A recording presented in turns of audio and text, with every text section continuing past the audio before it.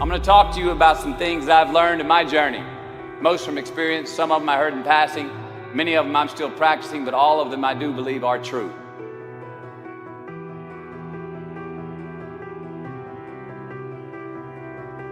Life is not easy. It is not. Don't try to make it that way. Life's not fair. It never was. It isn't now, and it won't ever be. Do not fall into the trap, the entitlement trap, of feeling like you're a victim. You are not. Get over it and get on with it. So the question that we got to ask ourselves is what success is to us. What success is to you. Is it more money? That's fine. I got nothing against money. Maybe it's a healthy family. Maybe it's a happy marriage. Maybe it's to help others, to be famous, to be spiritually sound, to leave the world a little bit better place than you found it. Continue to ask yourself that question. Now your answer may change over time, and that's fine. But do yourself this favor. Whatever your answer is, don't choose anything that will jeopardize your soul. Prioritize who you are, who you want to be, and don't spend time with anything that antagonizes your character. Be brave, take the hill, but first answer that question, what's my hill? So first, we have to define success for ourselves. And then we have to put in the work to maintain it. Take that daily tally. Tend our garden. Keep the things that are important to us in good shape. Where you are not is as important as where you are. It is just as important where we are not as it is where we are.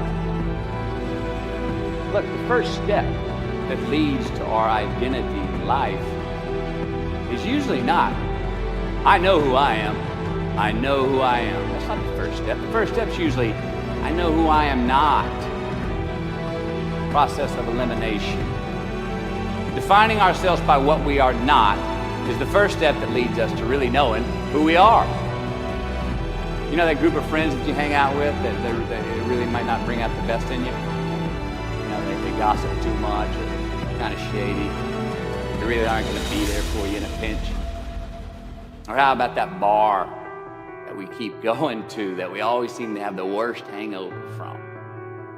Or that computer screen, right? That computer screen that keeps giving us an excuse not to get out of the house and engage with the world and get some real human interaction. Or how about that food that we keep eating? Stuff that tastes so good going down, it makes us feel like crap the next week.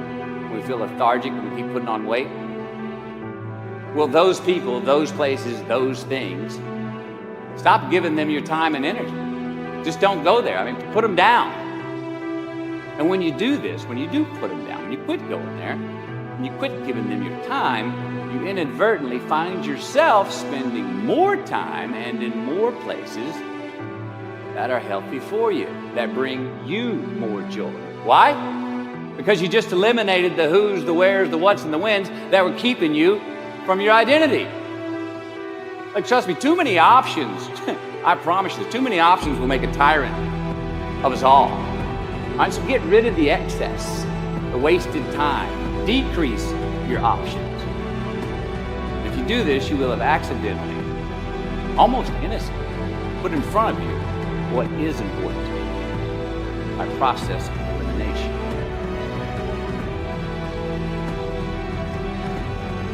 Knowing who we are is hard. It's hard. Give yourself a break. Eliminate who you are not first. You're going to find yourself where you need to be. Instead of creating outcomes that take from us, let's create more outcomes that pay us back, fill us up, keep your fire lit, turn you on for the most amount of time in your future. We try our best, we don't always do our best. Well, architecture is a verb as well. And since we are the architects of our own lives, let's study the habits, the practices, the routines that we have that lead to and feed our success. Our joy, our honest pain, our laughter, our earned tears. Let's dissect that and give thanks for those things. And when we do that, guess what happens? We get better at them. And we have more to dissect. Be discerning. Choose it because you want it. Do it because you want to.